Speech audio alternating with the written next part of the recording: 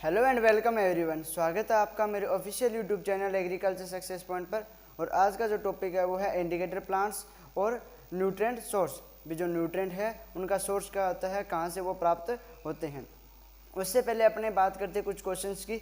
आपके सामने ये 6 क्वेश्चन लिखे हुए हैं जो अपने कल तो क्लास हुई नहीं थी, ठीक है। और परसों जो क्लास हुई न्यूट्रेंट की उसके अंदर मैंने आपको क्लासिफिकेशन ऑफ न्यूट्रेंट्स कराया था, ठीक है।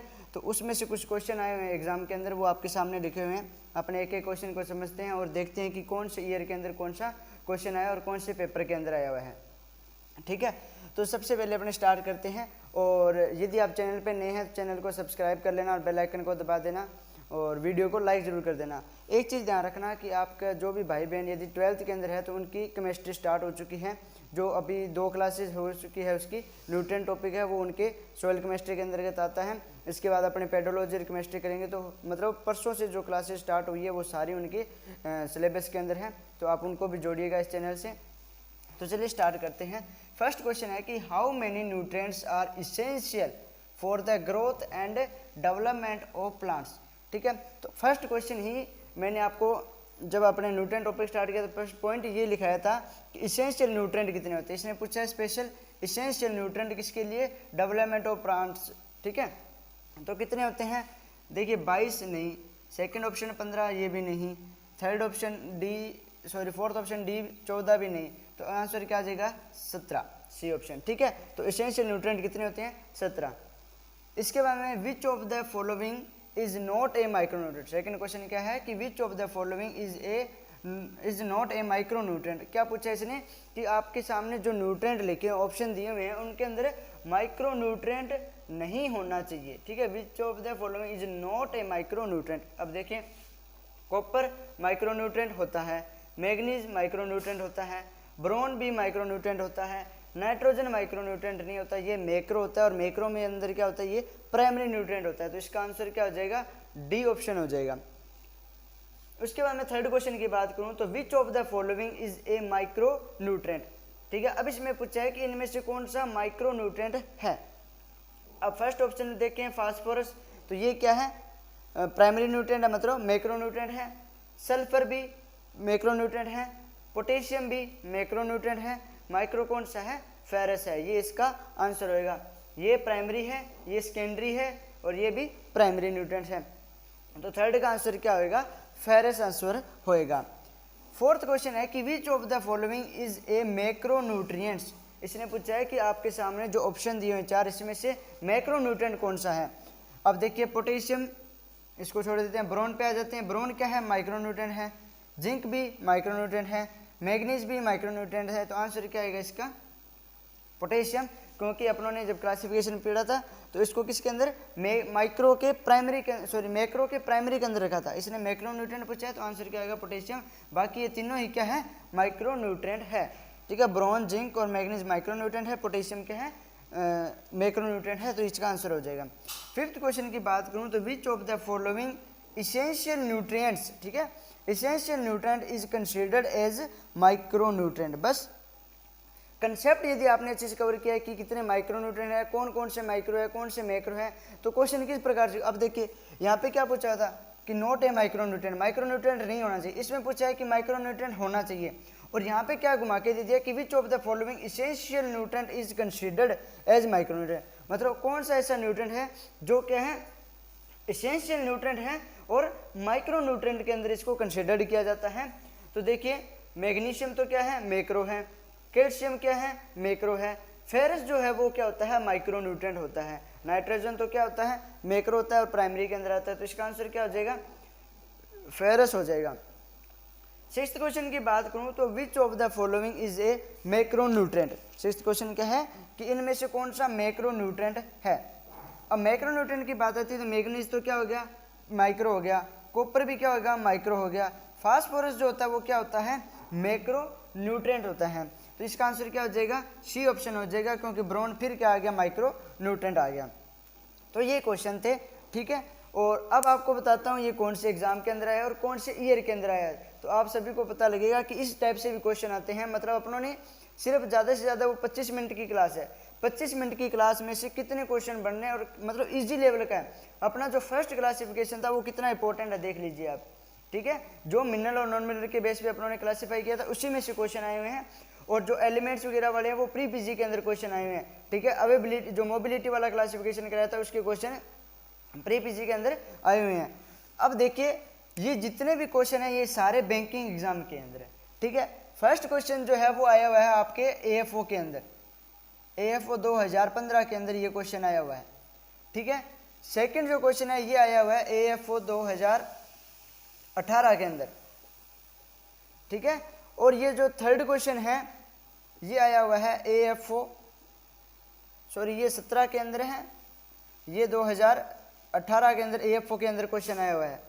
ठीक है, और ये वाला क्वेश्चन जो फोर्थ क्वेश्चन है ये आया हुआ है आपके 2020 के अंदर एएफओ के अंदर। ठीक है, पांचवा क्वेश्चन है ये आया हुआ है आरआरबीएसओ 2020 के अंदर, ये क्वेश्चन आया हुआ है आरआरबीएसओ के अंदर। और सिक्स्थ क्वेश्चन जो है वो भी आरआरबीएसओ 2021 का क्वेश्चन है। अब देख लीजिए भी मतलब कितने इजी क्वेश्चन आते हैं। ठीक है ना, यदि आपने क्लास अच्छे तरीके से लगाई है तो मेरे हिसाब से ऐसा कोई भी क्वेश्चन नहीं था जो आपको आता ना हो। 6 के 6 क्वेश्चन अपने आसानी से कर सकते थे। और टाइम भी कितना लगता है, 1 सेकंड के अंदर इसका आंसर है यदि आपने क्लासिफिकेशन अच्छे से किया हुआ है। ठीक है, तो आप ज़्यादा से ज़्यादा स्टूडेंट्स को इस प्लेटफॉर्म से जोड़िए। इस प्लेटफॉर्म पे आपको क्वेश्चन भी बताए जाएंगे किस टाइप से क्वेश्चन आते हैं और आपको बढ़िया ओरिजिनल कंटेंट भी दिया जाएगा। अब देख लीजिए ये एएफओ 2015 के अंदर क्वेश्चन आया हुआ है, बस इतने पूछा है कि एसेंशियल न्यूट्रिएंट कितने होते हैं। ये 2017 का क्वेश्चन है, इसके अंदर क्या पूछा है कि माइक्रो न्यूट्रिएंट नहीं होना चाहिए। और अगले साल क्या दे दिया इसने कि माइक्रो न्यूट्रिएंट होना चाहिए, वो पूछ लिया। ठीक है, उसके बाद 2020 के अंदर पूछ लिया कि मैक्रो न्यूट्रिएंट कौन सा है। और आरआरबीएसओ ये इतनी बढ़िया पोस्ट है और इसकी जो सैलरी होती है वो भी 80,000 प्लस होती है। ठीक है ना, और उसके अंदर ये देखिए कितना इजी सा क्वेश्चन है कि एसेंशियल न्यूट्रिएंट है, बस इसकी लैंग्वेज थोड़ी सी बदल दी कि जो एसेंशियल न्यूट्रिएंट में माइक्रो न्यूट्रिएंट कौन सा है और इसके अंदर पूछ लिया कि मैक्रो न्यूट्रिएंट कौन सा है। मतलब बिल्कुल इजी क्वेश्चन आया है इसी साल। मान लो ये भी 2020 का और ये भी 2020 का है ना, तो देख लीजिए इसमें मैक्रो न्यूट्रिएंट का पूछा और यहाँ पे माइक्रो न्यूट्रिएंट का पूछ लिया। तो इस प्रकार से आप जो भी क्लास लगा रहे हो, आधे घंटे की क्लास होती है, आधे घंटे से ज़्यादा की क्लास नहीं होती है, तो इसको अच्छे प्रकार से कर लेना क्लासेस को। ठीक है, आपके हर एक क्वेश्चन कवर होएगा। और आपका यदि कोई भी क्वेरी होती है, कोई भी क्वेश्चन आपको समझ नहीं आता है, तो मैंने आपको बोला था कि आप कमेंट बॉक्स में लिख सकते हैं। और यदि आप इंस्टाग्राम पर भी मुझे मैसेज कर सकते हैं, आपकी कोई क्वेरी होती है तो मुकेश कुचेरिया 760 के नाम से इंस्टाग्राम आईडी, उस पर भी मैसेज आप कर सकते हैं। और कल मैंने एक वीडियो डाली थी, आपको पता होगा कि एनएससी का जो एग्ज़ाम है वो आगे हो चुका है। उसकी फॉर्म की लास्ट डेट थी 25 सितंबर, अब वो आप 10 अक्टूबर तक फॉर्म भर सकते हैं। ठीक है, तो उस वीडियो को देख लेना एक बार। अब चलिए अपने मेन टॉपिक स्टार्ट करते हैं, इंडिकेटर प्लांट्स।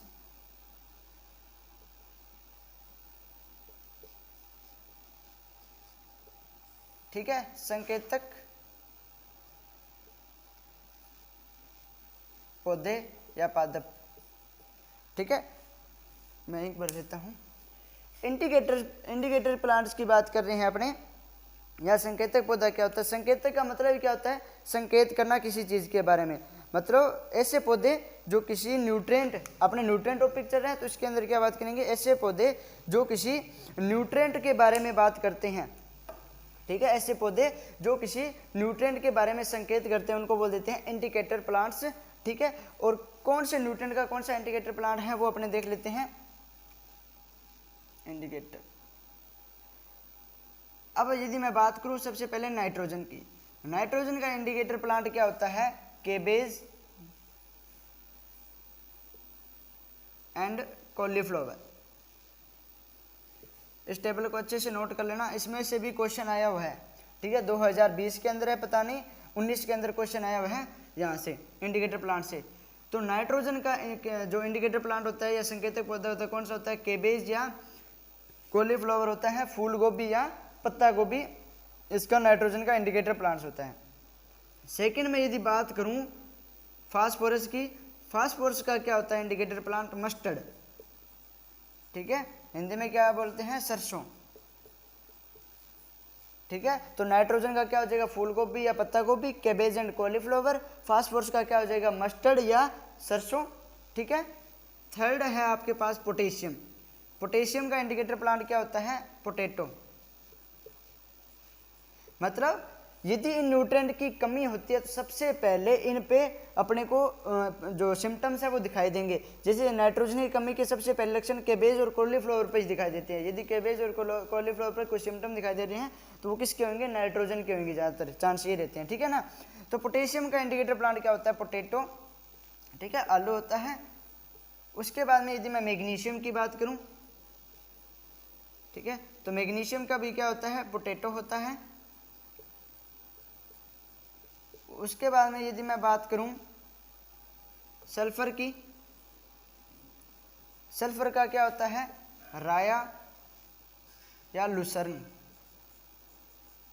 ठीक है, रिजिका बोल देते हैं इसको, लुसर्न को, ठीक है, और राया को राया बोल देते हैं। तो सल्फर का क्या होता है, राया या लुसर्न। क्वेश्चन किस प्रकार से पूछा जाता है कि which of the following is a indicator plant of nitrogen, ठीक है, आपको 4 ऑप्शन दे देंगे, ठीक है, या ऐसे पूछ लेंगे कि which of the following nutrient is indicator of Lucerne, ठीक है, लुसर्न का इंडिकेटर क्या होता है, या ऐसे पूछ लेंगे सल्फर है उसका इंडिकेटर प्लांट क्या होता है, तो आपको ये पता होना चाहिए, ठीक है। 6 नंबर पे बात करूँ बोरोन की, तो बोरोन का इंडिकेटर प्लांट क्या होता है, सनफ्लावर, ठीक है। उसके बाद में यदि फेरस की बात करूं, फेरस का क्या होता है, सोरगम, ठीक है, क्या होता है, सोरगम, ठीक है। और मैग्नीज की बात करूं तो मैग्नीज का क्या होता है, ओट, ठीक है, जई, मैग्नीज। उसके बाद में जो मोलिब्डेनम होता है उसका भी क्या होता है, ओट होता है इंडिकेटर प्लांट, ठीक है। उसके बाद में यदि बात करूं क्लोरीन, सॉरी क्लोरीन नहीं, कॉपर, कॉपर का होता है व्हीट, ठीक है, गेहूं। और 11वें नंबर पे बात करूं जिंक, तो जिंक का होता है पैडी यानी धान, ठीक है। और सोडियम की बात करूं तो सोडियम का इंडिकेटर प्लांट होता है शुगर बीट, चुकंदर, ठीक है। ये था इंडिकेटर प्लांट्स, ठीक है। इंडिकेटर प्लांट्स क्या होते हैं, ऐसे प्लांट्स जो किसी अपने न्यूट्रेंट टॉपिक करें तो किसी न्यूट्रेंट की डेफिशिएंसी के बारे में बताते हैं, तो उनको क्या बोल देते हैं, इंडिकेटर प्लांट बोल देते हैं। नाइट्रोजन का क्या होता है, केबेज एंड कॉलीफ्लावर। फास्फोरस का क्या होता है, मस्टर्ड, ठीक है। पोटेशियम का क्या होता है, आलू, ठीक है। मैग्नीशियम का भी आलू। सल्फर का क्या होता है, रिजिका, लुसर्न, ठीक है। बोरोन का क्या होता है, सनफ्लावर या सूरजमुखी। फेरस का क्या होता है, सोरगम या ज्वार, ठीक है। मैग्नीज का क्या होता है, ओट। मोलिब्डेनम का भी ओट। कॉपर का व्हीट। जिंक का पैडी। और सोडियम का होता है शुगर बीट, ठीक है। ये था इंडिकेटर प्लांट्स, इसको अच्छे तरीके से नोट कर लीजिए। और कल परसों की जो क्लास थी उसमें न्यूट्रेंट का क्लासिफिकेशन किया, तो उसके क्वेश्चन आज किए थे। अब जो इंडिकेटर प्लांट्स और एक जो न्यूट्रेंट सोर्स है उसके जो क्वेश्चन आए हुए हैं उनके बारे में कल बात करेंगे अपने, कि कौन कौन से क्वेश्चन किस टाइप से आते हैं। तो वैसे मैं आपको बता देता हूँ क्वेश्चन किस टाइप से आता है, कि which of the following is a nutrient, ठीक है। विच of the following is a indicator plant of sulphur, ठीक है। सल्फर का दे दिया, 4 ऑप्शन ये दे दिए मान लो आपको, ठीक है। तो आपको पता है कि सल्फर का क्या होता है, राया, तो इस पर टिक करना होता है। इस प्रकार से क्वेश्चन आते हैं, ठीक है। कौन कौन से किस एग्जाम के अंदर क्वेश्चन आए उनकी बात अपने कल करेंगे। ये था इंडिकेटर प्लांट्स। अब इसके बाद में बात करते हैं अपने सोर्स की,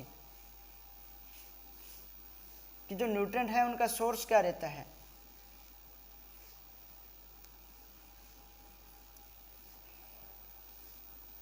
ठीक है, source of nutrients, source of nutrients.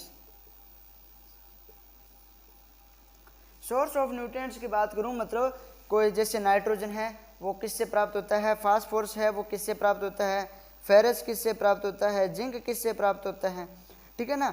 ये सभी की बात अपने करेंगे। कुछ एक मेन है न्यूट्रिएंट जिनका एग्जाम के अंदर क्वेश्चन डायरेक्ट पूछा जाता है। तो सबसे पहले यदि मैं नाइट्रोजन की बात करूं, ठीक है, तो इधर लिख लेना न्यूट्रिएंट्स और इधर लिख लेना सोर्स। ठीक है, इधर एक साइड में न्यूट्रिएंट आ जाए, इधर सोर्स। अब पहले यदि नाइट्रोजन की बात करूं तो नाइट्रोजन का सोर्स क्या होता है, ऑर्गेनिक मैटर। क्या होता है, ऑर्गेनिक मैटर जो है इसका सोर्स होता है।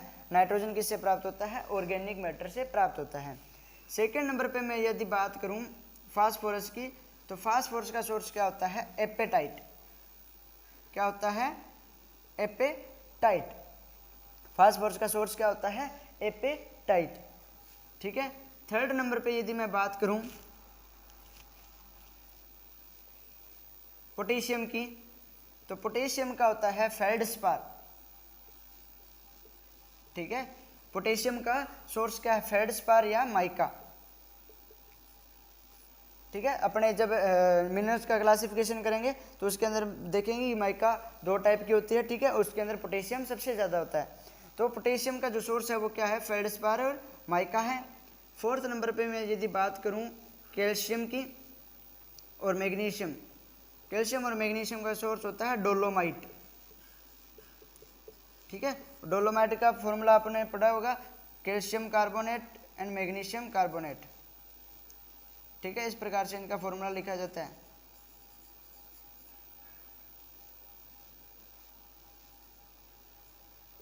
ठीक है, ये है डोलोमाइट का फॉर्मूला। तो इसके अंदर कैल्शियम भी है, मैग्नीशियम भी है। तो जो कैल्शियम और मैग्नीशियम का सोर्स कौन सा हो जाएगा, डोलोमाइट। ठीक है, उसके बाद में यदि मैं बात करूं बोरोन की, तो बोरोन का क्या होता है सोर्स, टोरमेलिन। क्या होता है, टोरमेलिन। बोरोन का सोर्स क्या होता है, टोरमेलिन होता है। और टोरमेलिन में कितना होता है, लगभग 4 to 5% बोरोन होता है। कितना परसेंट बोरोन होता है, 4 to 5% जो है बोरोन होता है किसके अंदर, टोरमेलिन के अंदर। ठीक है, इसके बाद में यदि मैं छठे नंबर पे बात करूं फेरस की, पहले जिंक की बात कर लेते हैं। जिंक का क्या होता है, स्फेलेराइट। ठीक है, जिंक का क्या होता है, स्फेलेराइट। उसके बाद में यदि मैं सातवें नंबर पे फेरस की बात करूं, फेरस का क्या होता है, पाइराइट। ठीक है, कैल्शियम और मैग्नीशियम का डोलोमाइट, बोरोन का टोरमेलिन, जिंक का स्फेलेराइट और फेरस का होता है पाइराइट। ठीक है, और कॉपर का होता है चाल्कोपाइराइट। ठीक है, क्या होता है, चाल्कोपाइराइट। ठीक है, और एक दो इधर लिख लेते हैं, चलिए इधर लिख लेते हैं, आप स्क्रीनशॉट भी लोगे इकट्ठे का। कॉपर का होता है चाल्कोपाइराइट। उसके बाद में आ जाता है आपका नाइट्रोजन, फास्फोरस आ गया, पोटेशियम आ गया, पोटेशियम का फेल्डस्पार माइका हो गया, कैल्शियम और मैग्नीशियम का डोलोमाइट हो गया, बोरोन का हो गया टोरमेलिन, और जिंक का हो गया स्फेलेराइट, और फेरस का हो गया पाइराइट, कॉपर का चाल्कोपाइराइट। और उसके बाद में आता है एपेटाइट होता है, किसका होता है ये, क्लोरीन का। क्लोरीन का क्या होता है, एपेटाइट होता है। ये 9 न्यूट्रिएंट है जिनके सोर्स एग्जाम के अंदर पूछे जाते हैं। मेन इंपॉर्टेंट 9 न्यूट्रिएंट का आप अच्छे तरीके से नोट कर लीजिए, इनका सोर्स क्या होता है, स्क्रीनशॉट ले सकते हैं आप। ठीक है, तो ऑर्गेनिक मैटर होता है वो किसका सोर्स है, नाइट्रोजन का सोर्स है। एपेटाइट किसका है, फास्फोरस का है। फेल्डस्पार या माइका किसका है, पोटेशियम का है। और बोरोन का क्या है, टोरमेलिन है। स्फेलेराइट किसका है, जिंक का है। फेरस का क्या है, पाइराइट है। और इसके बाद में यदि कॉपर की बात करूँ तो चाल्कोपाइराइट, और क्लोरीन की बात करूँ तो एपेटाइट हो जाएगा। ठीक है, तो इन दोनों का सेम ही होता है, क्लोरीन और फास्फोरस का। पाइराइट का फॉर्मूला आपको बताइए, FeS2। ठीक है, तो इसके अंदर फेरस आ गया, तो मतलब पाइराइट का ये सोर्स है। ठीक है, इसके बाद में अपने बात करते हैं कि इसेंशियल न्यूट्रिएंट जो होते हैं कि अवेबिलिटी कैसी होती है। तो छोटा सा एक टॉपिक है 5-1 मिनट का, उसके अंदर एग्जाम के अंदर डायरेक्ट क्वेश्चन बनते हैं, उसको भी कर लेते हैं।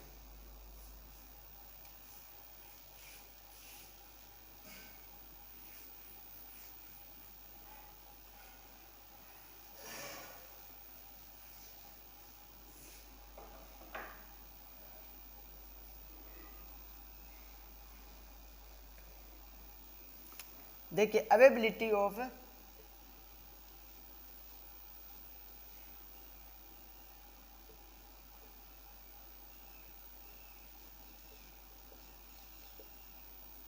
न्यूट्रिएंट्स, एसेंशियल न्यूट्रिएंट्स,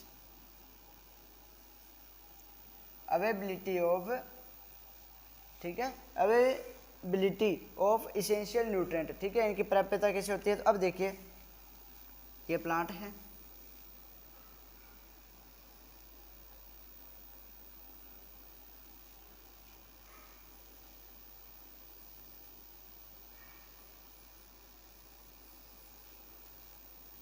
ये क्या ही बन गया, ठीक है, ये प्लांट है, ठीक है, ये इसकी रूट्स होगी। अब देखिए क्या सिस्टम होता है कि सोयल है ये, ठीक है, और यहाँ पे ये प्लांट है। तो आपको पता है कि जो न्यूट्रिएंट होते हैं सबसे ज़्यादा सोयल के अंदर होते हैं, यदि प्लांट में होते तो इसको सोयल में लगाने की जरूरत भी नहीं पड़ती, ठीक है ना। तो जो प्लांट का जो न्यूट्रिएंट का सर्कुलेशन होता है वो कहाँ से होता है, सोयल से प्लांट के अंदर होता है, ठीक है ना। अब देखिए जो न्यूट्रिएंट्स होते हैं प्लांट उनको 3 प्रोसेस के द्वारा अपटेक करता है, या जो न्यूट्रिएंट्स है वो पौधे को 3 प्रोसेस, एक तो मास फ्लो के द्वारा, ठीक है, एक डिफ्यूजन के द्वारा,